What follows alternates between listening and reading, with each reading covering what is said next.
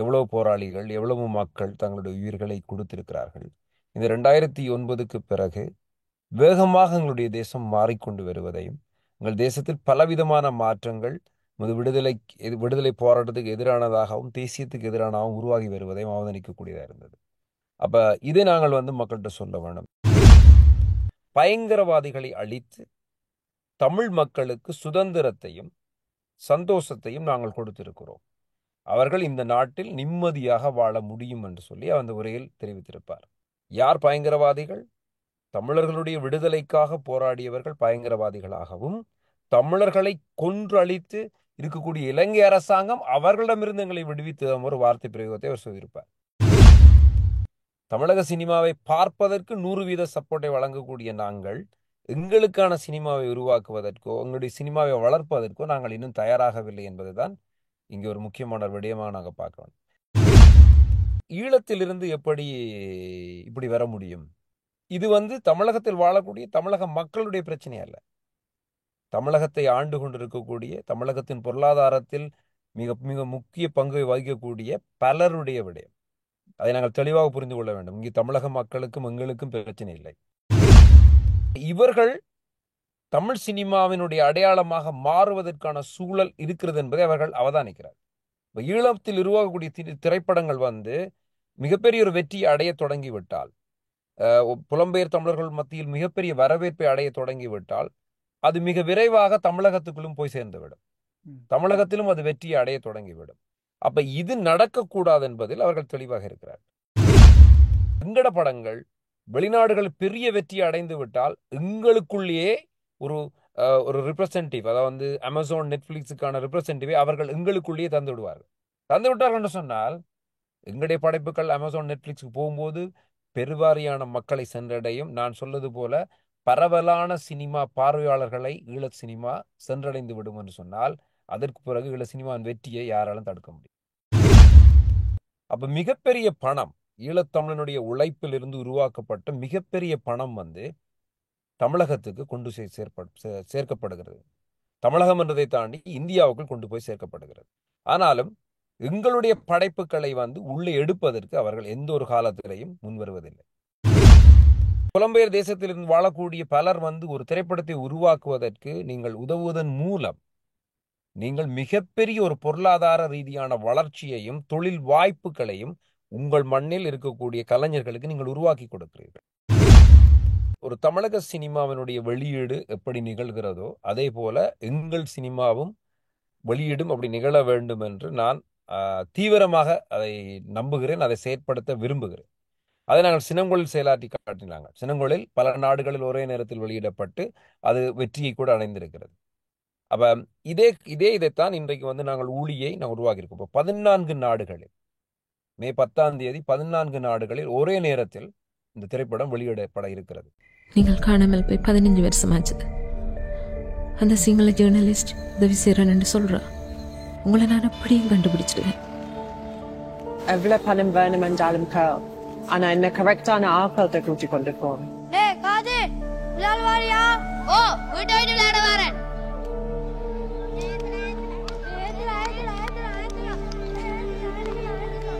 காசி இங்க வா.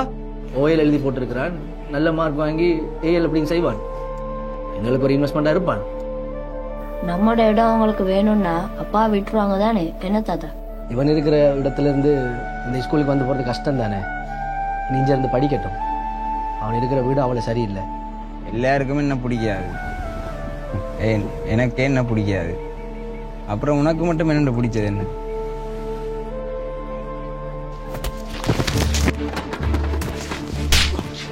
பாட்டில கிடக்க மிச்சத்தை எடுத்த டோப் அடிக்கிற நாயே எங்கட வீட்டு பிள்ளை கேட்க அவனுக்கு? நீயா விலாகிடு இல்ல கடல்ல ஒன்று காலாம ஆக்கி போடு. பாட்ட கழிச்சு நீங்க என்றியப்பா நான் நீ ஒன்றியப்பா பிறந்த இடமே. நாங்க வாழ்ந்தால் செத்தால் இந்த மண்ணு. ஆனா துரத்துறாங்களே தாத்தா.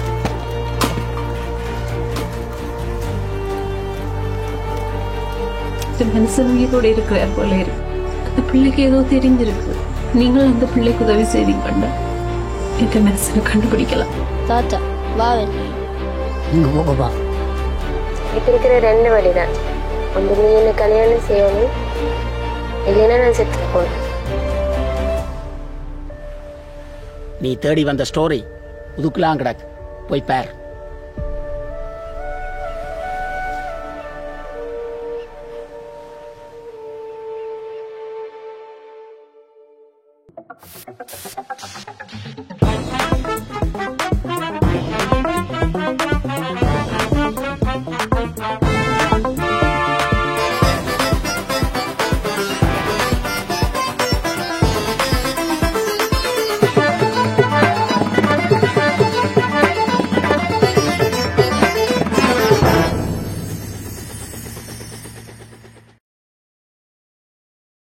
கௌரி டூர்ஸ் மே ஆஃப்டர் விடுமுறையில் 25 தொடக்கம் 28 வரை 4 நாட்கள் லூட்ஸ் மாதா, டிஸ்னிலாண்ட், ஈஃபில் டவர் சென்று வர ஓர் அரிய சந்தர்ப்பம். உணவு, தங்குமிட வசதி உட்பட தனிநபர் ஒருவருக்கு 420 பவுண்ட்ஸ் மட்டுமே. தொடர்புகளுக்கு 0208308611 gauritours.com. வணக்கம். உயிரோடை தமிழ் வானொலி ILC. இன்று நாங்கள் தமிழ் கலை உலகத்தில், முக்கியமாக ஈழத்தமிழர்களுடைய கலை உலகத்திலே இருந்து, அதிலும் சினிமா துறையிலிருந்து, இந்த சினிமா துறை, ஈழத்தமிழர்களுடைய சினிமா துறை எந்த அளவுக்கு வளர்ச்சி பெற வேண்டும், ஒரு உச்சத்தை அடைய வேண்டும் என்று மிகவும் முனைப்பாக செயற்படுகின்ற ஒரு அதிதியை இன்று கொண்டு வந்திருக்கின்றோம். இவருடைய இயக்குனர். இவருடைய முதலாவது திரைப்படம் சினம்கொள். சினம்கொள் இந்த திரைப்படம் ஒரு பெருமளவில் ஒரு வெற்றியை கண்டது. மக்களால் பேசப்பட்ட படம், எல்லா இடமும் போய் சென்றது. அந்த வரிசையிலே அடுத்த படமாக ஊழி என்றொரு படத்தை இயக்கியிருக்கின்றார். 2 படங்களும், சினம்கொள் உட்பட 2 படங்களும் தாயகத்திலே 100க்கு 100% தயாரிக்கப்பட்ட படம். எமது தாயக கலைஞர்களை வைத்து உருவாக்கப்பட்ட இந்த சினிமா பற்றித்தான் நாங்கள் இன்று பேச இருக்கின்றோம். இலங்கையிலே நான் நினைக்கிறேன் 1962ஆம் ஆண்டில் இருந்து நிறைய தமிழ் படங்கள் தயாரிக்கப்பட்டது. அந்த வகையிலே நாங்கள் இன்றும் இலங்கையை பொறுத்தவரையிலே ஈழத்தமிழர்களால் தயாரிக்கப்பட்ட பல படங்கள் இன்றும் எங்களுடைய ஞாபகங்களிலே இருக்கின்றன. முக்கியமாக சொல்லப்போனால் செங்கை ஆழியானுடைய நாவலில் இருந்து உருவாக்கப்பட்ட வாடைக்காற்று என்ற திரைப்படம் இன்றும் பேசப்படுகின்றது. VP கணேசன் அவர்கள் நடித்த நான் உங்கள் தோழன், புதிய காற்று, இப்படி பல படங்களை நாங்கள் சொல்லிக்கொண்டே போகலாம். ஆனால் ஒரு காலகட்டத்துக்கு பிறகு இந்த ஈழ சினிமா என்பது பெருமளவில் வளர்ச்சி அடையவில்லை. 2009ஆம் ஆண்டு வரைக்கும் போராட்டம் நடந்த காலங்களிலே போர்க்கால சூழல்களையும் களங்களிலே நடக்கின்ற சமர்களையும் மையமாக வைத்து நமது தேசிய விடுதலை இயக்கம் பல படங்களை, குறும்படங்களை, ஆவணப்படங்களை உருவாக்கி இருந்தார்கள். அதைவிட இலங்கை இந்திய கூட்டு தயாரிப்பிலே பைலட் பிரேம்நாத் போன்ற படங்கள் உருவாக்கப்பட்டது. அதற்கு பிற்பாடு இன்று புலத்திலே வாழ்கின்ற ஈழத்தமிழர்கள், நாங்கள் இன்று புலத்திலே மிகவும் சிறப்பான தொழில்நுட்பம் வாய்ந்த நாடுகளிலே வசிக்கின்றோம். இங்குள்ள தொழில்நுட்பங்களை பயன்படுத்தி எங்களுடைய சினிமாவை எந்த அளவிற்கு இன்னும் மேலும் கொண்டு போகலாம் என்பதில் நாங்கள் இன்னும் பல இயக்குனர்களோ தயாரிப்பார்களோ, அதைவிட முக்கியமாக நடிகர்கள், ஈழத்தை பொறுத்தவரையிலே நடிகைகளை கொண்டு வருவது கொஞ்சம் கஷ்டமான விடயம் இந்தியாவை ஒப்பிடும் பொழுது. இதையெல்லாம் தாண்டி ஒரு கலை உலகிலே நாங்கள் இன்னும் மேம்பட வேண்டும், எமது படங்கள் இன்னும் மேல் நோக்கி வளர வேண்டும் என்று கூறிக்கொண்டு நான் இன்றைய அதிதியுடன் எங்களுடைய உரையாடலை ஆரம்பிப்போம். வணக்கம் ரஞ்சித் ஜோசப். வணக்கம். வணக்கம். நீங்கள் உங்களுடைய முதலாவது படம் சினம்கொள் எடுத்த பொழுது உங்கள் சிந்தனையில் உதித்த அந்த கதை, இந்த கதாபாத்திரத்தையும் இந்த கதையையும் நான் ஏன் உருவாக்க வேண்டும் என்று முதல்ல நீங்க யோசித்தீர்கள்? நான் 2005ஆம் ஆண்டு நான் தாயகத்துக்கு போயிருந்த பொழுது கிட்டத்தட்ட ஒரு 4-5 மாதங்கள் அங்கு தங்கியிருந்த ஒரு காலகட்டம். அதற்கு பிறகு இறுதி யுத்தம் முடிஞ்சு அதுக்கப்புறம் நாங்கள் அப்படியே வெளிநாடுகளில் அப்படியே வாழத் தொடங்கி விட்டோம். அப்போ இந்த ஒரு சூழலில் திரும்பவும் எனக்கு தாயகத்துக்கு போகக்கூடிய ஒரு வாய்ப்பு கிடைக்கிறது 2017 காலகட்டத்தில். அப்போ ஒரு டாக்குமெண்ட்ரியை எடுக்க வேண்டும் என்றதான் எங்களுடைய முதல் ஐடியாவாக இருந்தது. அதாவது பறிக்கப்பட்ட நிலங்கள், இன்னும் விடுவிக்கப்படாத நிலங்கள், மக்கள் அவருடைய வாழ்க்கை வாழ்வாதாரம் எப்படி இருக்கிறது என்பதை பற்றி ஒரு டாக்குமெண்ட்ரி ஒன்றை செய்வதற்காகத்தான் நான் தாயகத்துக்கு சென்றிருந்தேன். அப்போ அங்கு போன பின்பு நான் சில மனிதர்களோடு பயணித்தேன். அப்போ அந்த பயணத்தில் வந்து ஒரு போராளியோடு நான் பயணிக்கக்கூடிய வாய்ப்பு எனக்கு கிடைத்தது. அந்த போராளியோடு பயணித்த அந்த காலகட்டத்தில் தான் அந்த போராளியின் சின்னமும் 2009 ஆண்டுக்கு முன்பு இந்த தேசத்துக்காக நாங்கள் எப்படி போராடி இருந்தோம், எவ்வளவு போராளிகள், எவ்வளவு மக்கள் தங்களுடைய உயிர்களை கொடுத்திருக்கிறார்கள். இந்த 2009க்கு பிறகு வேகமாக எங்களுடைய தேசம் மாறிக்கொண்டு வருவதையும், எங்கள் தேசத்தில் பலவிதமான மாற்றங்கள் விடுதலை போராட்டத்துக்கு எதிரானதாகவும் தேசியத்துக்கு எதிரானதாகவும் உருவாகி வருவதையும் அவதானிக்கக்கூடியதாக இருந்தது. அப்போ இதை நாங்கள் வந்து மக்கள்கிட்ட சொல்ல வேண்டும். இதை ஒரு படைப்பாக, ஒரு கதையாக செய்தால் மட்டுமே அது வந்து ஒரு அரசியலாக இதை பேசுவதை விட கலைப்படைப்பின் மூலம் வந்து பேசுவதன் மூலம் இந்த படைப்பு வந்து மக்களிடம் போய் சேரும், ஈஸியாக சென்றுவிடும். இன்று சினிமா என்ற மிகப்பெரிய ஊடகம் வந்து பல்வேறு விதமான தாக்கங்களை சமூகத்தில் ஏற்படுத்தி கொண்டிருக்கிறது. அப்போ அந்த தாக்கத்தை ஏற்படுத்தக்கூடிய ஊடகமாக இருக்க சினிமாவின் மூலம் அந்த கதையை சொல்ல வேண்டும் என்று தான் அப்படி ஆரம்பிக்கப்பட்டது. நீங்கள் சினம்கொள் திரைப்படம் உருவாக்கிய காலத்திலும் இன்று நீங்கள் ஊழி திரைப்படம் உருவாக்கிய காலத்திற்கும் நிறைய வித்தியாசம் இருக்குது. சினம்கொள் உருவாக்கிய காலத்தில் வந்து இராணுவ கெடுபிடிகள் கொஞ்சம் அதிகமாக இருந்தது. அப்போ அவர்களுடைய இடையூறுகள் உங்களுடைய தயாரிப்பு நேரங்களில் இருந்ததா? நிச்சயமாக. இப்போ வந்து சினம்கொள் படப்பிடிப்பு தொடங்கி ஒரு 15 நாட்களில் இலங்கை அரசாங்கத்தினுடைய திரைப்பட கூட்டுத்தாபனத்தினால் எங்களுக்கு அறிவுறுத்தல் தெரிவிக்கப்பட்டது, உடனடியாக படப்பிடிப்பை நிறுத்த வேண்டும் என்று. காரணம், இது புலிகளுக்கு ஆதரவான ஒரு படைப்பாக உருவாக்கப்படுகிறது என்ற இன்ஃபர்மேஷன் தங்களுக்கு கிடைத்திருக்கிறதாக அவர்கள் சொல்லி படப்பிடிப்பை இடையில் நிறுத்தினார்கள். கிட்டத்தட்ட 15 நாட்களுக்கு மேலாக நாங்கள் படப்பிடிப்பை நடத்த முடியாமல் ஒரு ஒரு கிட்டத்தட்ட 80க்கும் மேற்பட்ட கலைஞர்கள், படம் உங்களுக்கு தெரியும், ஒரு திரைப்படத்தில் வந்து ஒட்டுமொத்த டீம் வந்து எங்களுடைய சின்ன ஒரு டீம், அது 80க்கும் மேற்பட்ட கலைஞர்கள் இந்தியாவிலிருந்து, இலங்கையிலிருந்து, எங்களுடைய தாயின் நிலத்திலிருந்து, வெளிநாடுகளிலிருந்து வந்திருந்த எல்லாரையுமே நாங்கள் ஒரு இடத்தில் வைத்து கொண்டிருந்தோம். காரணம், அப்பொழுதுதான் வேகமாக படப்பிடிப்பை நடத்த முடியும் என்று.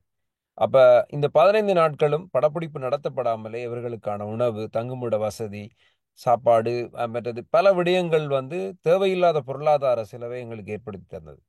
அப்போ இந்த சூழல் வந்து இலங்கை அரசாங்கம் வந்து எப்போவுமே இளம் சார்ந்த ஒரு படைப்பு உருவாகுது என்று சொன்னால் அவர்கள் மிக அவதானத்தோடு அவதானித்து கொண்டிருக்கிறார்கள் என்பதை நாங்கள் அறிந்து கொண்டோம். அதுக்கு பிறகு நாங்கள் சில சட்ட ரீதியாக சில விடயங்களை மேற்கொண்டு திரும்பவும் படத்தை தொடர்ந்து செய்வதற்கான வாய்ப்பு எங்களுக்கு உருவாகி அந்த படத்தை முடித்திருந்தோம். இப்போ சினம்கொள் நடந்த காலம், நீங்கள் சொன்னது போல சினம்கொள் நடந்த காலம் இராணுவ கெடுபிடிகள் மிக அதிகமாக இருந்த ஒரு காலம் என்று சொல்லலாம். ஆனால் அப்போ இப்போ ஊழி உருவாகும் போது அது இல்லையான்னு நீங்கள் கேட்டீங்கன்னு சொன்னால் பெரிய விதமான வித்தியாசம் எதுவும் இல்லை. அதாவது மறைமுகமான அச்சுறுத்தல்கள் தொடர்ந்து கொண்டு தான் இருக்கின்றன.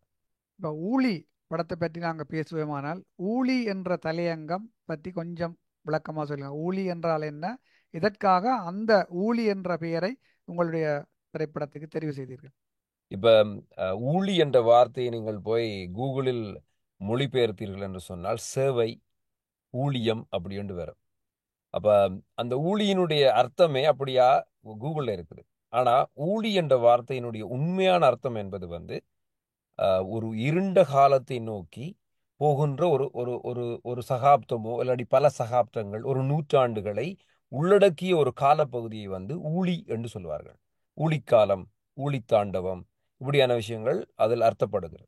அப்போ எங்களுடைய மண்ணில் இப்போ 40 ஆண்டுகளாக நாங்கள் உள்நாட்டு யுத்தத்தில், அதாவது வந்து இலங்கையில் எங்களுடைய தேசத்துக்காக, எங்களுடைய விடுதலைக்காக நாங்கள் போராடி இருக்கிறோம். அந்த போராட்டம் மட்டுமே எங்களுடைய போராட்ட காலங்கள் அல்ல, அதற்கு முன்பும் காலங்கள் இருந்திருக்கிறது. 3 விதமான அந்நிய சக்திகளுக்கு எதிரான போராட்டம் எங்கள் மக்கள்கிட்ட இருந்தது. அந்த அந்நிய சக்திகளுக்கு எதிரான போராட்டத்துக்கு முன்பும் பல போராட்டங்கள் இருந்தது. அப்போ தமிழர்களுடைய விடுவி என்பது வந்து தொடர்ச்சியாக ஒரு சரிவை நோக்கியும் ஒரு விதமான அடிமைத்தனத்தை நோக்கியும் ஒரு சிறைபிடித்தலை நோக்கியும் நகர்ந்து கொண்டிருக்கிறது. இப்போ இன்றைய காலகட்டத்தை நீங்கள் எடுத்துக்கொண்டு சொன்னால் இங்கே எந்த விதமான மாற்றமும் ஏற்படவில்லை. அப்போ நான் இந்த படத்தினுடைய கதையை வந்து 2009 2024 இந்த 15 ஆண்டுகள் காலகட்டம் என்பது வந்து மிக முக்கியமான ஒரு காலகட்டமாக நாங்கள் பார்க்க வேண்டும். இன்றைக்கு வந்து இந்த மே மாதம் 17, 18 வரப்போகின்றது. இந்த காலகட்டத்தில் நாங்கள் மிக முக்கியமாக அவதானிப்பாக நாங்கள் ஒவ்வொரு ஈழத்தமிழனும் இந்த 15 ஆண்டு கால வாழ்க்கையை நாங்கள் திரும்பி பார்க்க வேண்டும். ஏனென்று சொன்னால் இந்த 15 ஆண்டுகள் என்பது தமிழீழ விடுதலை புலிகள் இல்லாத, அவர்களுடைய நேரடி தலையீடுகள் இல்லாமல் இருக்கக்கூடிய ஒரு சூழலில் ஈழத்தில் தமிழர்கள் வாழ்ந்து கொண்டிருக்கிறார்கள். அப்ப இலங்கை ஜனாதிபதி அவர்கள் தன்னுடைய வரலாற்று சிறப்புமிக்க உரை என்று சொல்லக்கூடிய யுத்தம், விடுதலை புலிகள், தமிழர்கள் தோற்கடிக்கப்பட்ட பின்பு அவர் இலங்கை மக்களுக்கு உரையாற்றிய உரையில் ஒரு தீவிரமான அவர் ஒரு வார்த்தையை சொல்லியிருப்பார். பயங்கரவாதிகளை அழித்து தமிழ் மக்களுக்கு சுதந்திரத்தையும் சந்தோஷத்தையும் நாங்கள் கொடுத்திருக்கிறோம், அவர்கள் இந்த நாட்டில் நிம்மதியாக வாழ முடியும் என்று சொல்லி அந்த உரையில் தெரிவித்திருப்பார். யார் பயங்கரவாதிகள்? தமிழர்களுடைய விடுதலைக்காக போராடியவர்கள் பயங்கரவாதிகளாகவும், தமிழர்களை கொன்று அழித்து இருக்கக்கூடிய இலங்கை அரசாங்கம் அவர்களிடமிருந்து எங்களை விடுவித்து ஒரு வார்த்தை பிரயோகத்தை அவர் சொல்லியிருப்பார். அப்ப இந்த 2015 என்றது 2009க்கு முன்பிருந்த காலமும் 2009க்கு பின்பிருந்த காலமும் என்பது நாங்கள் வித்தியாசப்படுத்தி காட்ட வேண்டிய கட்டாயம் எங்களுக்கு இருக்கிறது. எங்களுடைய இளம் தலைமுறை இப்ப 2009க்கு பின்பு வளர்ந்து வரக்கூடிய இளம் தலைமுறைக்கு ஒரு விதமான அரசியல் ரீதியான தெளிவின்மை இருக்கிறது. எதற்காக இவ்வளவு இன்று பார்த்தீங்கன்னா சமீபத்தில் பாலஸ்தீனாக்கு எதிராக இஸ்ரேல் நடத்துகின்ற கொடூரமான அந்த யுத்தத்தை எங்களுடைய இளம் தலைமுறையினரை பலர் பாலஸ்தீனத்துக்கு ஆதரவாக நின்று கொண்டு இஸ்ரேல் அரசாங்கத்துக்கு எதிராக இங்கு கனடாவில் இருக்கக்கூடிய பல பல்கலைக்கழகங்களில் எமது இளம் தலைமுறை நம்முடைய தமிழ் இளைஞர்களே ஆதரவாக நிற்கிறார்கள். ஆனா அவர்களிடம் போய் ஈழம் சார்ந்த ஒரு விடயத்தில் தெளிவின்மை இருக்கிறது. அப்ப இது ஒரு முக்கியமான காலகட்டம். இந்த 15 ஆண்டுகளுக்கு நாங்கள் ஈழம் எதை நோக்கி நகர்ந்திருக்கிறது என்பதை நாங்கள் வெளிப்படுத்த வேண்டும், சுட்டிக்காட்ட வேண்டும் என்று சொன்னால் அது சார்ந்த ஒரு கதையை செய்ய வேண்டும் என்றுதான் நாங்கள் முடிவெடுக்கிறோம். அப்ப அதுக்கு சரியான ஒரு தலைப்பாக இந்த ஊழி என்ற வார்த்தை எழுத்தாளர் தீபச்செல்வனால முன்மொழியப்படுகிறது. இது பழந்தமிழ் வார்த்தை, புழக்கத்தில் இல்லாத ஒரு வார்த்தை. ஆனாலும் அது மொழியின் ஆழமான அர்த்தத்தை கொண்ட வார்த்தையை நாங்கள் கொண்டு வருவோம். அப்ப இந்த ஊழி என்றது இனி இந்த படத்துக்கு இளம் தலைமுறையினருக்கு மிக தெளிவான ஒரு விடயத்தை சொல்லக்கூடிய ஒரு தலைப்பாக இருக்கும் என்று நம்புகிறேன். நிச்சயமாக நீங்கள் ஒரு இயக்குனராக ஒரு திரைப்படத்தை உருவாக்க முதல் உங்களுக்குள்ளே ஒரு கற்பனை, அதாவது இயக்குனர் என்றாலே இப்படி இருக்க வேண்டும், இவரை இப்படி இயக்க வேண்டும், கேமரா இந்த ஆங்கிள் இருக்கணும், எல்லா விடயத்தையும் ஒரு கற்பனாவாதத்திலே உருவாக்கி வைத்திருப்பீர்கள். அப்போ உங்களுடைய சிந்தனைக்கு ஏற்றவாறு இந்த திரைப்படத்தில் நடித்த கலைஞர்கள் அதற்கு ஒரு செயல் வடிவத்தை கொடுத்தார்களா? நிச்சயமாக கொடுத்திருக்கிறார்கள். ஆனாலும் அது கடினமான போராட்டத்தின் மத்தியில் தான் அது உருவாக்கப்படுகிறது என்றுதான் உண்மை. காரணம் இப்ப நாங்கள் திரும்ப திரும்ப பல விடயங்களை இந்த போரோடு தான் நாங்கள் கனெக்ட் பண்ண வேண்டி இருக்கிறது. தொடர்ச்சியான ஓடுதல், தொடர்ச்சியான போராட்ட வாழ்க்கையில் வாழ்ந்து இருந்த ஒரு ஈழத்தமிழர்கள் மத்தியில் கலை என்பது தொடர்ச்சியாக இருந்து கொண்டே இருக்கிறது. எனக்கு தெரிந்து உலக வரலாற்றில் போரை செய்து கொண்டும் கலையை, பண்பாடு, இலக்கியம் எத்தையும் ஒன்றடியாக வளர்த்த ஒரு சமூகமாக எங்களுடைய சமூகத்தை நான் காண்கிறேன். அப்ப நாடகம், சினிமா இது போன்றதில் நாங்கள் தொடர்ச்சியாக பயிற்சிகள் இருந்தாலும் இப்ப இருக்கக்கூடிய இந்த இளம் தலைமுறையினர் பல திரைப்படங்கள் அயல் நாட்டில் இருக்கக்கூடிய சினிமாவின் பாதிப்பில் நிறைய இருக்கிறார்கள். அப்ப இவர்களிடமிருந்து ஒரு தெளிவான சினிமாவையும் ஒரு முறையான நடிப்பையையும் எடுத்துக்கொள்வதுன்றது அவ்வளவு இலகுவான ஒரு காரியம் இல்லை. அப்ப அவர்களுக்கு ஒரு பயிற்சியை கொடுக்க வேண்டும், ஒரு ஒர்க் ஷாப்பை நடத்தி அவர்களிடமிருந்து சினிமாவுக்கான உண்மையான ப்ரிப்பரேஷன் என்னன்றதை தெளிவுபடுத்த வேண்டிய ஒரு சூழல் இருக்குது. அப்ப இது ஒரு கடினம் தான். ஆனாலும் இப்ப எங்களுடைய மக்களிடமிருந்து, எங்களுடைய இளம் கலைஞர்களிடமிருந்து தேடல் அதிகமா இருக்கிறதால அதை இலகுவாக எங்களால வெற்றியா மாற்ற முடியுது. ஆனா போராடித்தான் மாற்ற வேண்டிய ஒரு சூழல் இருக்கிறது. இப்ப ஈழத்தை பொறுத்தவரையில இந்த பெண் கலைஞர்களை கொண்டு வருவதுன்றது ஒரு கடினமான ஒரு விடயம். பல பேர் இப்போ தமிழ்நாடு இல்லை இந்தியாவில் இருக்கிற மாதிரி ஈழத்திலே இருக்கிற ஈழத்தமிழ் பெண்கள் இந்த திரைப்படங்களில் நடிப்பதற்கு முன்வர மாட்டார்கள். அந்த விடயத்திலே உங்களுக்கு ஏதாவது சேலஞ்சஸ் இருந்தது? இருக்கிறது. என்னென்னு சொன்னால் இந்த கேள்வியை நாங்கள் கொஞ்சம் விரிவாக சொல்ல வேண்டும் என்று சொன்னால், இன்றைக்கு ஈழத்தில் சினிமா என்பது ஒரு குறிக்கப்பட்ட சிலரால் மட்டுமே செய்யப்படுகிற ஒரு தொழிலாக இருக்கிறது. அப்ப அது காரணம் சினிமாவை நாங்கள் இன்னும் முழுமையாக ஏற்றுக்கொள்ளவில்லை. தமிழக சினிமாவை பார்ப்பதற்கு 100% சப்போர்ட்டை வழங்கக்கூடிய நாங்கள் எங்களுக்கான சினிமாவை உருவாக்குவதற்கோ எங்களுடைய சினிமாவை வளர்ப்பதற்கோ நாங்கள் இன்னும் தயாராகவில்லை என்பதுதான் இங்கே ஒரு முக்கியமான ஒரு விடயமாக நாங்கள் பார்க்கணும். அப்போ இப்படிப்பட்ட ஒரு சினிமாவில் அதுவும் எங்களுடைய பெண்கள் உள்வாங்கப்படுவது என்பது மிக கடினமான ஒரு விடயமாக இருக்கிறது. அப்போ இன்றைக்கு யாழ்ப்பாணத்தில் வந்து நான் ஒரு மக்கள் சினிமாவை உருவாக்க வேண்டும் என்று விரும்புகிறேன். மக்கள் சினிமா என்று சொன்னால் ஒட்டுமொத்த மக்களும் சேர்ந்து செயற்படுகிற ஒரு சினிமாவை நாங்கள் உருவாக்க வேண்டும். ஒரு மக்கள் சினிமா உருவாகுவதன் மூலம்தான் அந்த மக்கள் சினிமா சர்வதேச பரப்பில் வந்து பெரிய ஒரு அவதானத்தையும் பார்வையாளனையும் போய் சென்றடைய முடியும். அப்படியான ஒரு பிரச்சனை எங்களுக்கு இருக்கிறது. அப்ப இந்த மக்கள் சினிமாவை மாற்றுவதற்காக நாங்கள் பலதரப்பட்ட மக்களை உள்வாங்க வேண்டிய ஒரு சூழல் இருக்குது. அது முக்கியமாக பெண்களை. அப்ப யாழ்ப்பாணத்தில் போய் பெண்களோடு பேசி இந்த சினிமாவை உள்வாங்க முடியுமா என்றால் அது பெரிய பிரச்சனை தான். ஆனாலும் நாங்கள் விளக்கப்படுத்தி அவர்களை சரியான விதத்தில் நடைமுறை சிக்கல்களை எல்லாத்தையும் தவிர்த்து உள்ளே கொண்டு வர முடிகிறது. இப்ப இந்த ஊழி திரைப்படத்தை பொறுத்த வரைக்கும் யாழ் பல்கலைக்கழகம் வந்து இதில் ஒரு மிகப்பெரிய பங்கு வகித்திருக்கிறது. காரணம், எனக்கு அகடமிக்கல் பீப்புள், அதாவது வந்து கலை ரீதியான அதை பட்டப்படிப்பில் செய்து கொண்டிருக்கக்கூடிய படித்துக்கணும் என்றால் உங்களுக்கு தெரியும், எங்களுடைய தமிழர்களை பொறுத்த வரைக்கும் கல்வி என்பதுதான் மூலதனம். அந்த கல்வியை நாங்கள் என்றைக்குமே தூக்கி பிடித்து கொண்டு தான் இருப்போம். அதுக்கான நாங்கள் தொடர்ச்சியாக போராடுறோம் இல்லையா?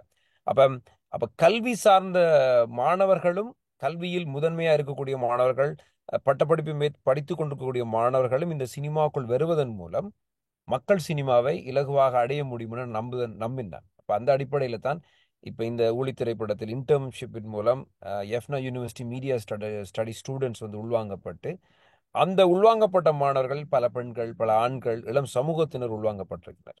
அப்ப அதன் மூலம் வந்து அதை ஈஸியாக நாங்கள் அடைய முடியக்கூடியதாக இருக்கிறது. ஆனாலும் இன்னும் வளரத்தான் எங்களுடைய தாயக பிரதேசத்திலிருந்து அதிகமான கலைஞர்கள், பெண் கலைஞர்கள் வருவார்கள் என்று நம்புகிறேன். இப்போ இலங்கையை பொறுத்தவரையில் சிங்கள சினிமா பார்த்தீர்கள் என்று சொன்னால் அவர்களுக்கு இலங்கையை விட்டு வேறு இடத்தில் அவர்களுடைய சினிமா தயாரிப்பதற்கான சாத்தியக்கூறுகள் இல்லை. அப்போ அவர்கள் தங்களுடைய சினிமாவை தங்கள் அந்த நாட்டுக்குள்ளே தான் உருவாக்க வேண்டும். அந்த வகையில் பார்த்தீங்கன்னு சொன்னால் சிங்கள சினிமா வந்து இந்திய சினிமாவுடன் ஒப்பிட்டு பார்க்கும் அளவுக்கு வளர்ச்சி பெறாவிட்டாலும் இன்றைய காலகட்டத்தில் சிங்கள சினிமா வந்து ஓரளவுக்கு வளர்ச்சி அடைந்திருக்கிறதுன்னு தான் சொல்ல வேண்டும்.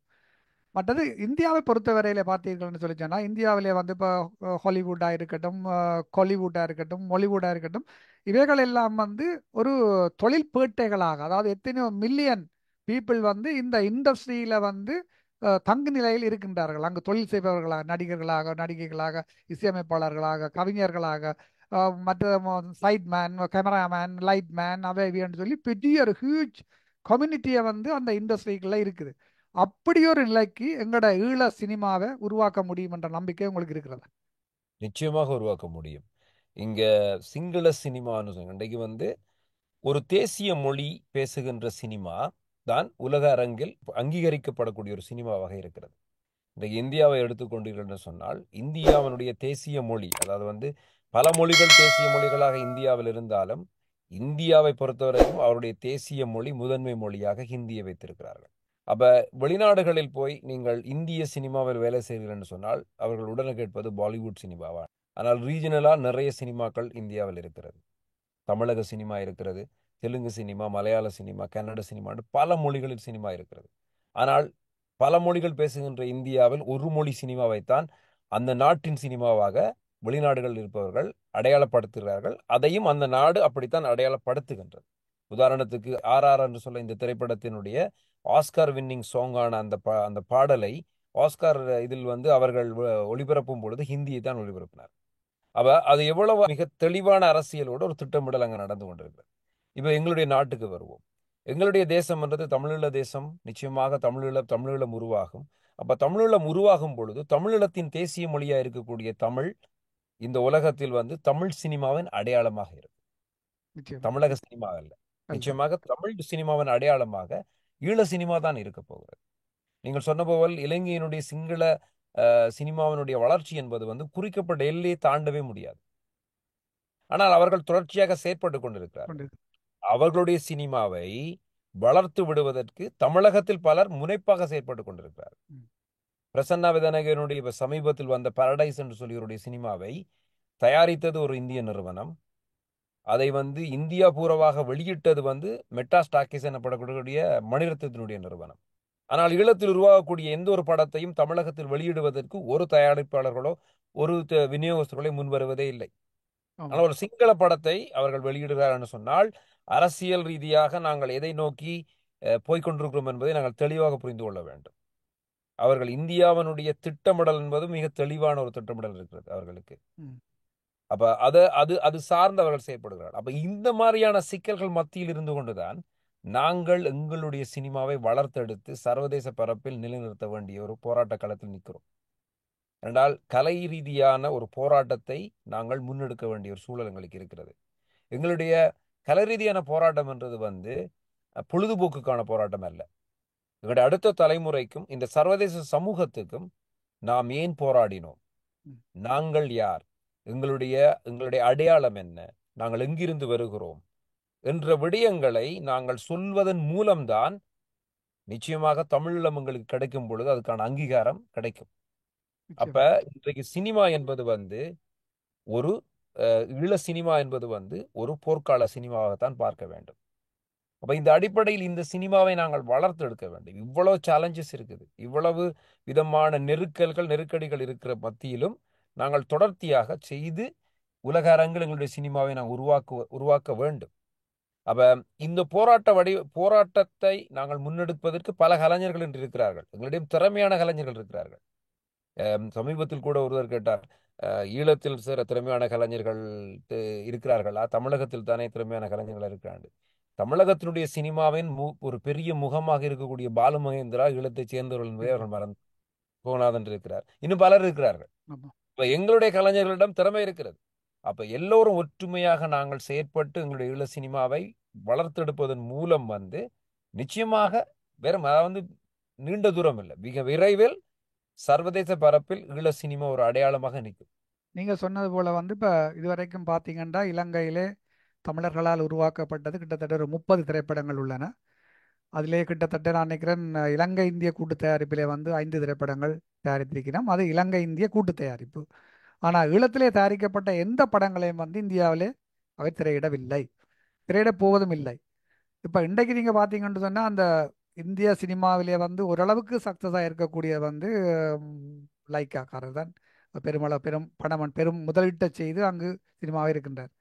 ஆனால் பல தமிழர்கள் இந்தியாவிலே போய் அவர்கள் இந்திய கலைஞர்களை வச்சும் திரைப்படம் தயாரித்த பொழுது அவர்களுடைய படங்களை திரையிடாமல் கூட பல நடவடிக்கைகள் எடுக்கப்பட்டது, இடையூறுகள் விளைவிக்கப்பட்டது. அப்ப இவர்களுக்கு இந்த ஈழத் சினிமா வளரக்கூடாது என்பதில் கவனமாக இருக்கின்றார்களா, அல்லது ஈழத்திலே இருக்கின்ற கலைஞர்களை இந்திய சினிமாவுக்குள்ளே நுழையவிடக் கூடாது என்பதில் கவனமாக இருக்கின்றார்கள்? இரண்டு. முதலாவது முக்கியமாக ஈழ சினிமா வளரக்கூடாது. காரணம் தமிழனுடைய தலைவராக, தமிழ் இனத்தின் தலைவனாக நம்முடைய தேசிய தலைவர் இருக்கிறார். அப்ப அவர்களுக்கு அங்கு ஒரு மிகப்பெரிய பிரச்சனை இருக்கிறது. கருணாநிதியின் கோபம் என்ன என்பதை நாங்கள் இலகுவாக புரிந்து கொள்ள முடியும் அவர் வாழும் காலத்தில். ஏனென்று சொன்னால் ஒட்டுமொத்த உலக தமிழினத்தின் தலைவனாக நம்முடைய தேசிய தலைவர் உருவாகி இருப்பதும் அவர்களுக்கு ஒன்றும் பெரிய பிரச்சனையா இருக்கிறது. அப்ப ஏனென்று சொன்னால் ஈழத்திலிருந்து இப்படி வர முடியும்? இது தமிழகத்தில் வாழக்கூடிய தமிழக மக்களுடைய பிரச்சனை அல்ல. தமிழகத்தை ஆண்டு கொண்டிருக்கக்கூடிய, தமிழகத்தின் பொருளாதாரத்தில் மிக மிக முக்கிய பங்கை வகிக்கக்கூடிய பலருடைய விடயம். அதை நாங்கள் தெளிவாக புரிந்து கொள்ள வேண்டும். இங்கே தமிழக மக்களுக்கும் எங்களுக்கும் பிரச்சனை இல்லை.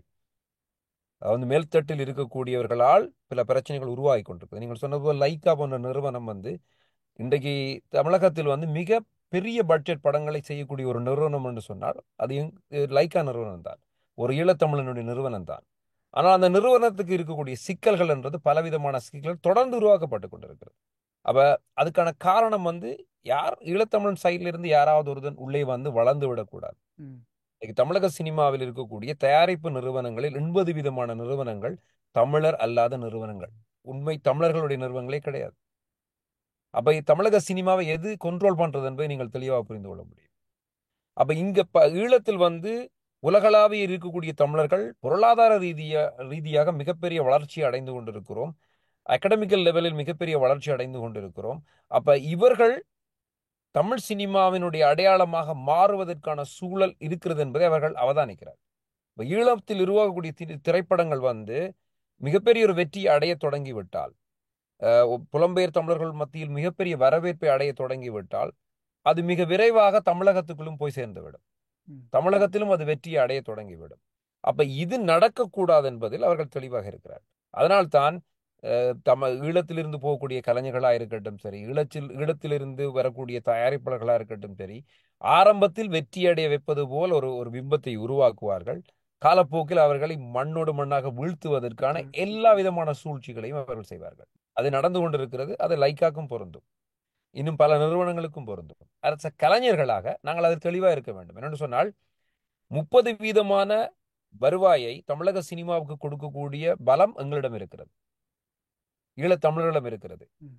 ஈழத்தில் உருவாகக்கூடிய சினிமாவுக்கு இந்த 30% வருவாய் ஈழ சினிமாவுக்கு கிடைக்குமானால், இன்றைக்கு நாங்கள் சொல்லலாம் ஒரு 10 லட்சம் ஈழத்தமிழர்கள் புலம்பெயர் தேசங்களில் வாழ்ந்து கொண்டிருக்கிறார்கள் என்று சொன்னால், இந்த 10 லட்சத்தில் 50,000 ஈழத்தமிழர்கள் ஈழத்தில் உருவாகக்கூடிய ஒரு திரைப்படத்தை பார்ப்பார்கள் என்று சொன்னால் பிளாக் பாஸ்டர், மிகப்பெரிய வெற்றிகரமான திரைப்படமாக அது மாறுகிறது.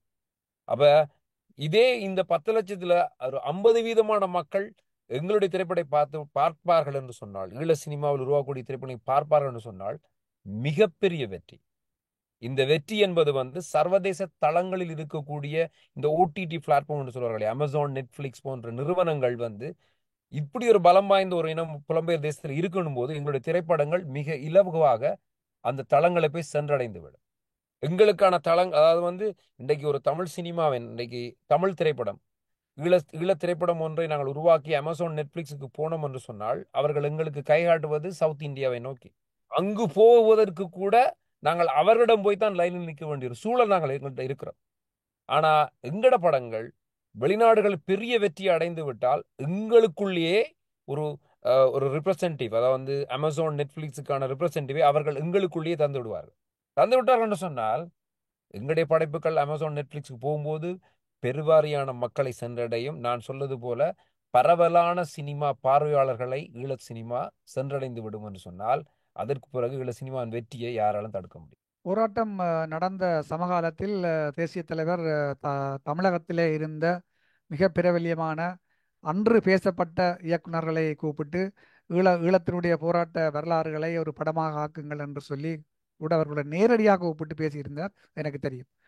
ஆனால் இன்று வரைக்கும் அப்படி ஒரு அந்த பெரிய இயக்குநர்கள் அப்படி ஒரு படத்தை இன்று வரை உருவாக்கவில்லை.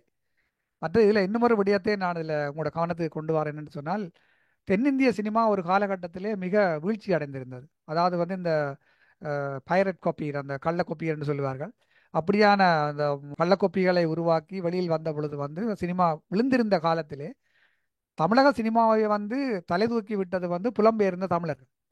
இன்று பார்த்தீர்கள் என்று சொன்னால் இன்று புலத்திலே தமிழர்கள் வந்த பிற்பாடு தான் எல்லா உலகம் பூராவும் பறந்து ஈழத்தமிழர்கள் சிதறி அங்கங்கு அவர்கள் நிலை கொண்டு வாழ்ந்து இந்த திரைப்படங்களை பார்க்க தொடங்கின பிற்பாடுதான் தமிழகத்திலே இருக்கின்ற கலைஞர்கள், நடிகர்கள் கூட இன்று உலக நாயகங்களாகவும் வலம் வந்து கொண்டிருக்கின்றார்கள். இது யாரும் மறக்க முடியாது, இதுதான் உண்மை.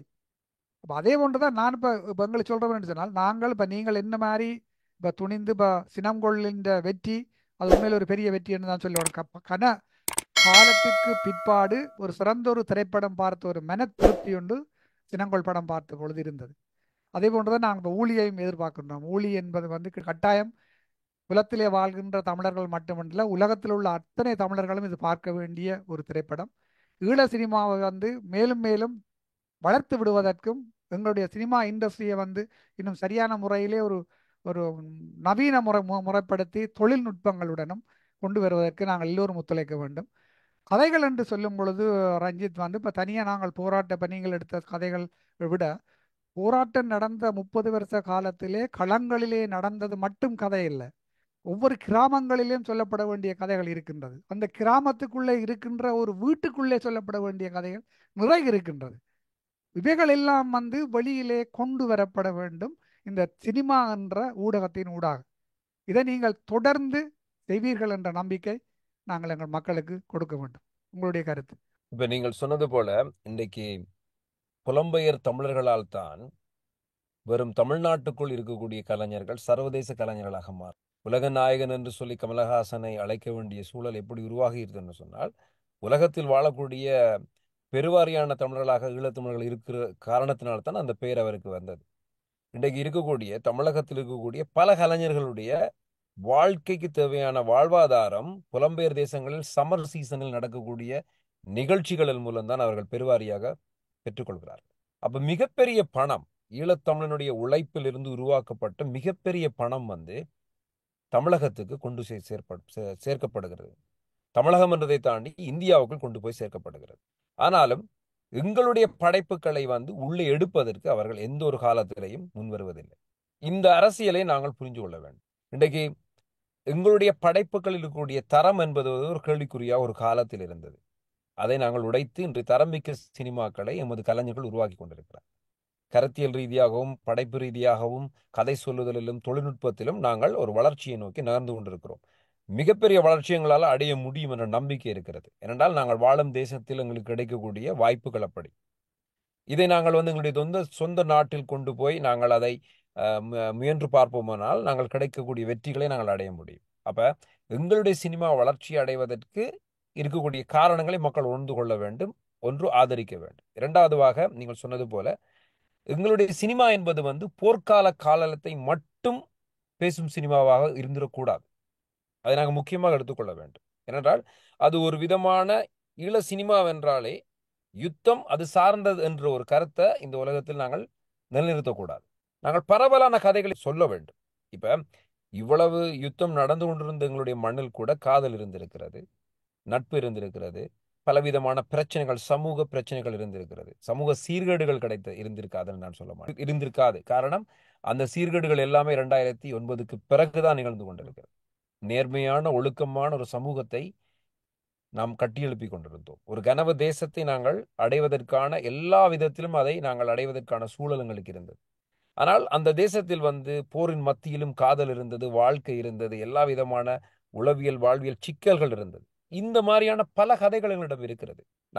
நான் முக்கியமாக சொல்வது ஒன்று, ஈழத்தில் வாழக்கூடிய கலைஞர்களுக்கு நான் சொல்வது, நீங்கள் தேசிய விடுதலையை மட்டும் பேசக்கூடிய சினிமாக்களை உருவாக்க வேண்டும் என்று யாரும் உங்களுடன் சொல்லவில்லை. நீங்கள் எல்லா விதமான கதைகளையும் உருவாக்கும், ஆனால் தேசியத்துக்கு எதிரானதை மட்டும் உருவாக்காது.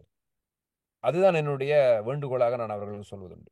என்னென்னு சொன்னால், தேசியத்துக்கு எதிரான ஒரு கருத்து என்பது வந்து அது எங்களையே நாங்கள் அழிப்பதற்கான கருத்தாக மாறிவிடும். அப்ப அதை நாங்கள் உருவாக்கக்கூடாது. ஏன் நாம் உருவாக்கக்கூடாதுன்னு சொன்னால், பொய்யான ஒரு விடயத்தை நாமே உருவாக்க வேண்டும், நேர்மையான ஒரு விடயத்தை நாங்கள் உருவாக்க வேண்டும். எங்கள் தேசியம், எங்களுடைய தேசிய விடுதலை போராட்டம் என்பது எங்களுக்கான அறவழி போராட்டம், அற ரீதியான ஒரு போராட்டம். அதை நாங்கள் வந்து பொய்யாக பேசுவதற்கு இங்கு வாய்ப்பே இல்லை. அப்படி பேசுபவர்கள் பொய்யர்கள், அதில் எந்த விதமான மாற்று கருத்தும் இல்லை. அப்ப நாங்கள் இன்றைக்கு புலம்பெயர் தேசத்தில் வாழக்கூடிய நம்முடைய மக்கள் எல்லோருமே ஒரு முக்கியமான விடயத்தை நாங்கள் தெளிவாக எடுத்துக்கொள்ள வேண்டும். தமிழக சினிமாவுக்கோ அல்லது இதர சினிமாக்களுக்கோ நாங்கள் கொடுக்கக்கூடிய ஒரு பங்கிலிருந்து நீங்கள் 10% பங்கை உங்கள் மண்ணின் சினிமாவுக்காக கொடுத்தீர்கள் என்று சொன்னால், அதாவது இன்றைக்கு ஊழி திரைப்படத்தில் 75 கலைஞர்கள் வேலை செய்திருக்கிறார்கள். 3 மாதம் வேலை நடந்திருக்கிறது. இளம் தலைமுறையினர் அதில் வேலை செய்திருக்கிறார்கள். எங்கள் தேசத்தில் வந்து போதை, பலவிதமான கலாச்சார சீரழிவுகள் பலவிதம் நடந்து கொண்டிருக்கிறது. இவர்களை இப்படிப்பட்ட ஒரு நிலத்திலிருந்து ஒரு 75 கலைஞர்களை நாங்கள் 3 மாதம் எங்களோடு வைத்துக்கொண்டு தொடர்ந்து இந்த படத்தை செய்வதற்கான ஒரு காலத்தை நாங்கள் உருவாக்கி இருக்கிறோம் என்றால், அவர்களை நல்வழிப்படுத்துவதற்கான சூழல் அந்த திரை உருவாக்கத்தில் இருந்திருக்கிறது. இன்னொன்று, அவர்களுக்கு சம்பளம் கொடுக்கப்பட்டிருக்கு, ஒரு வருவாய் அங்கு அளிக்கப்பட்டிருக்கு. அப்ப புலம்பெயர் தேசத்திலிருந்து வாழக்கூடிய பலர் வந்து ஒரு திரைப்படத்தை உருவாக்குவதற்கு நீங்கள் உதவுவதன் மூலம் நீங்கள் மிகப்பெரிய ஒரு பொருளாதார ரீதியான வளர்ச்சியையும் தொழில் வாய்ப்புகளையும் உங்கள் மண்ணில் இருக்கக்கூடிய கலைஞர்களுக்கு நீங்கள் உருவாக்கி கொடுக்கிறீர்கள். அவர்கள் தமிழகத்துக்கோ வேறு இடங்களுக்கு ஓட தேவையில்லை. சினிமாவில் வேலை செய்வதன் மூலம் என்னால் வந்து மாதாந்தம் ஒரு பொருளாதாரத்தை ஈட்ட முடியும் என்ற நம்பிக்கையை நீங்கள் கொடுக்கிறீர்கள். அப்ப நிச்சயமாக எங்கள் சினிமா வளர்ச்சிக்கு மிகப்பெரிய பங்கு ஆற்ற வேண்டியவர்கள் புலம்பெயர் தமிழர்கள். அதை நாம் தெளிவாக இருக்க வேண்டும். அப்ப வெகு விரைவில் நாங்கள் அந்த வெற்றியை அடைய முடியும். நிச்சயமா இது ஒரு முக்கியமான கருத்தும்.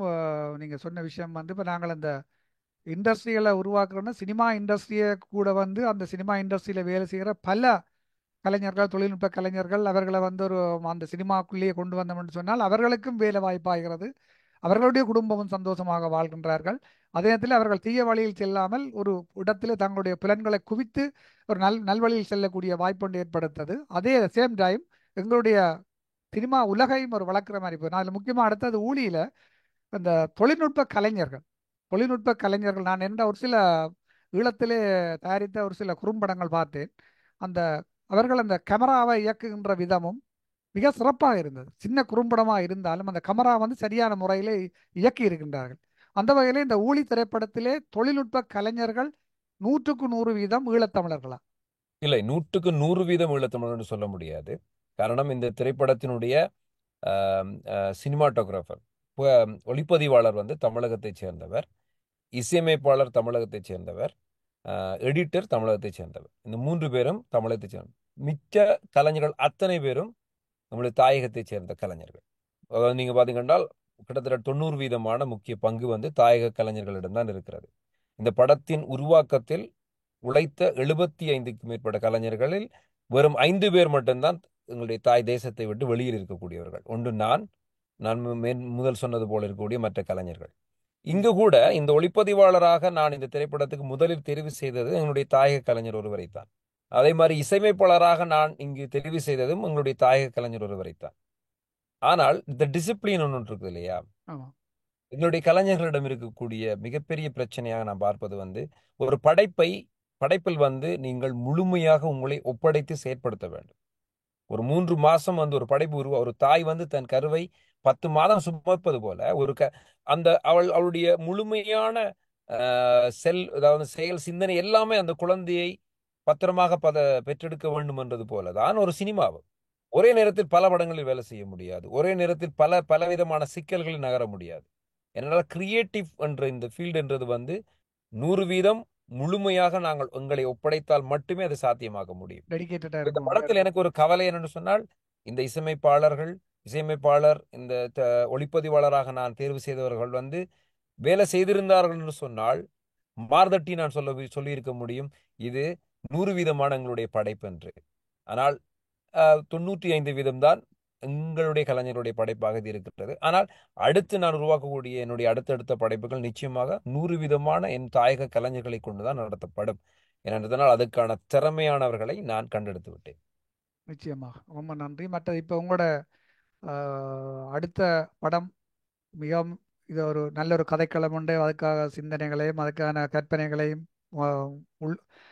உருவாக்கி அதை நீங்கள் ஒரு அளவுக்கு நீங்கள் அதை இப்போ ஒரு ஆரம்பித்திருப்பீர்கள் என்று ஒரு நம்பிக்கையோட இப்போ ஊழி திரைப்படம் வந்து 10ஆம் தேதி உலகம் பூராக நீங்கள் வெளியிடுவதாக சொல்லியிருந்தீர்கள். அது பற்றி சாதுவா கொஞ்சம் சொல்லுங்க. நாங்கள் இப்போ ஊழி திரைப்படத்தை வந்து ஏதாவது வந்து ஒரு தமிழக சினிமாவினுடைய வெளியீடு எப்படி நிகழ்கிறதோ அதே போல எங்கள் சினிமாவும் வெளியீடும் அப்படி நிகழ வேண்டும் என்று நான் தீவிரமாக அதை நம்புகிறேன், அதை செயற்படுத்த விரும்புகிறேன்.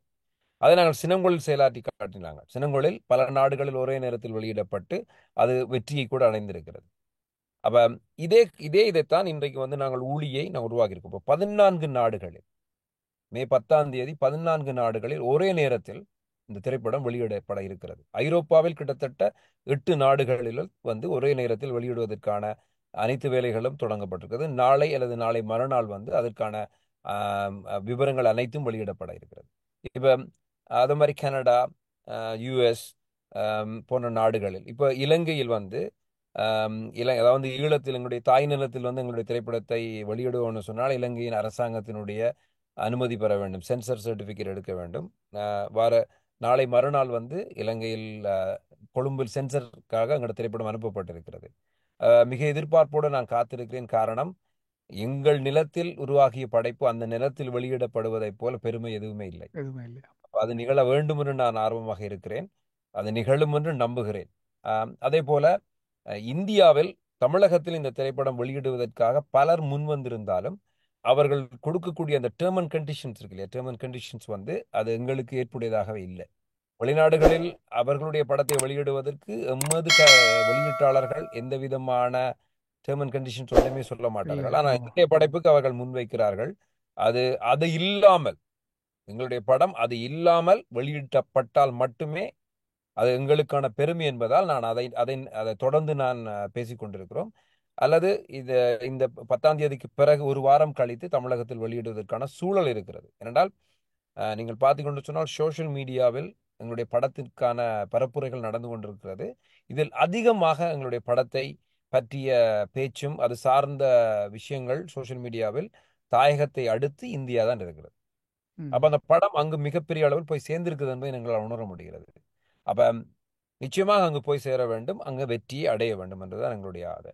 அப்ப இந்த அடிப்படையில் மே மாதம் 10ஆம் தேதி உலகமெல்லாம் இருக்கக்கூடிய தமிழர்கள் வாழக்கூடிய பிரதேசங்களில் எங்களுடைய திரைப்படம் வெற்றிகரமாக வெளியிடப்படும். நியூசிலாந்து, ஆஸ்திரேலியா போன்ற நாடுகளில் கூட எல்லா விதமான ஏற்பாடுகளும் செய்து முடித்து விட்டோம். இதில் பின்வாங்கல் ஒன்றுமே இல்லை, எல்லாம் சிறப்பாக செயற்படுத்தப்பட்டிருக்கிறது. வெற்றியை நாங்கள் இந்த முறை விரைவாக அடைவோம். அதாவது வெற்றியை அடைவது என்பது வேறு, அதை விரைவாக அடைவோம். அதை விரைவாக அடைவதன் மூலம் அடுத்த திரைப்படத்தை விரைவாக நாங்கள் உருவாக்குவதற்கு செயற்பட வேண்டும் என்பது என்னுடைய ஆசை. நிச்சயமா நீங்கள் இதை சொல்லும் பொழுது உண்மைக்கு நான் புலகாங்கிதம் அடைகின்றேன். ILC உயிரோடை தமிழ் வானொலி கூட உங்களுடைய இந்த முயற்சிக்கு நிச்சயமாக உங்களுடன் உறுதுணை நின்று உங்களுடைய படைப்புகளை வெளியில் கொண்டு வருவதற்கு எப்பொழுதும் தயாராக இருப்பார்கள் என்பதையும் கூறிக்கொண்டு, இந்தியாவிலே வெளியிட வேண்டும் என்பது மிக முக்கியமான விடயம். இந்தியாவிலே ஈழத்தமிழர்களுக்கு ஆதரவான எத்தனையோ கோடி மக்கள் அங்கும் இருக்கின்றார்கள். ஆனால் என்ன பிரச்சனை என்று சொன்னால், இந்தியாவிலே எங்களுடைய படங்களை அங்கு வெளியிடும் பொழுது தணிக்கை குழு மற்றது அங்கே உள்ள உளவுத்துறைகள் அப்படி இப்படி என்று சொல்லி எங்களுடைய படங்களை முற்றுமுழுதாக நிறுத்துறதுக்கான வேலைகளை நிறைய செய்வார்கள். இப்போ இவைகளெல்லாம் கடந்து தான் எங்களுடைய படங்களை இங்கே திரையிட வேண்டும். நீங்கள் சொன்னது போல அந்த டேர்ம்ஸ் அண்ட் கண்டிஷன்ஸ் அதுகள் எல்லாத்தையும் கடந்து உண்மையாக எங்களுடைய படங்களை அங்கு திரையிட வேண்டும் என்று வருகின்ற தமிழ் உணர்வாளர்களுடன் தொடர்புகளை ஏற்படுத்தி இந்த படத்தை கண்டிப்பாக நீங்கள் வெளியே கொண்டு வர வேணும். ஊழி திரைப்படம் சினம்கோள் திரைப்படத்தை விட பல மடங்கு வெற்றி அளிக்க வேண்டும். தொடர்ந்தும் நீங்கள் டீம், அதாவது உங்களுடைய குழு தொடர்ச்சியாக ஈழத்திலே எங்களுடைய கதைகளை மக்களுக்கு கொண்டு வர வேண்டும். அதற்காக நாங்கள் வாழ்த்துக்களை கூறி இன்று நீங்கள் உங்களுடைய நேரத்தை ஒதுக்கி உயிரோடை தமிழ் வானொலிக்கு உங்களுடைய இந்த நேர்காணலை தந்ததை இட்டு மிகவும் மகிழ்ச்சி அடைகின்றோம். நன்றி ரஞ்சித். நன்றி வணக்கம். நன்றி வணக்கம். கௌரி டூர்ஸ் மே ஆஃப்டர் விடுமுறையில் 25 தொடக்கம் 28 வரை 4 நாட்கள் லூட்ஸ் மாதா, டிஸ்னிலாண்ட், ஈஃபில் டவர் சென்று வர ஓர் அரிய சந்தர்ப்பம். உணவு, தங்குமிட வசதி உட்பட தனிநபர் ஒருவருக்கு 420 பவுண்ட்ஸ் மட்டுமே. தொடர்புகளுக்கு 0208308611 gauri tours.com.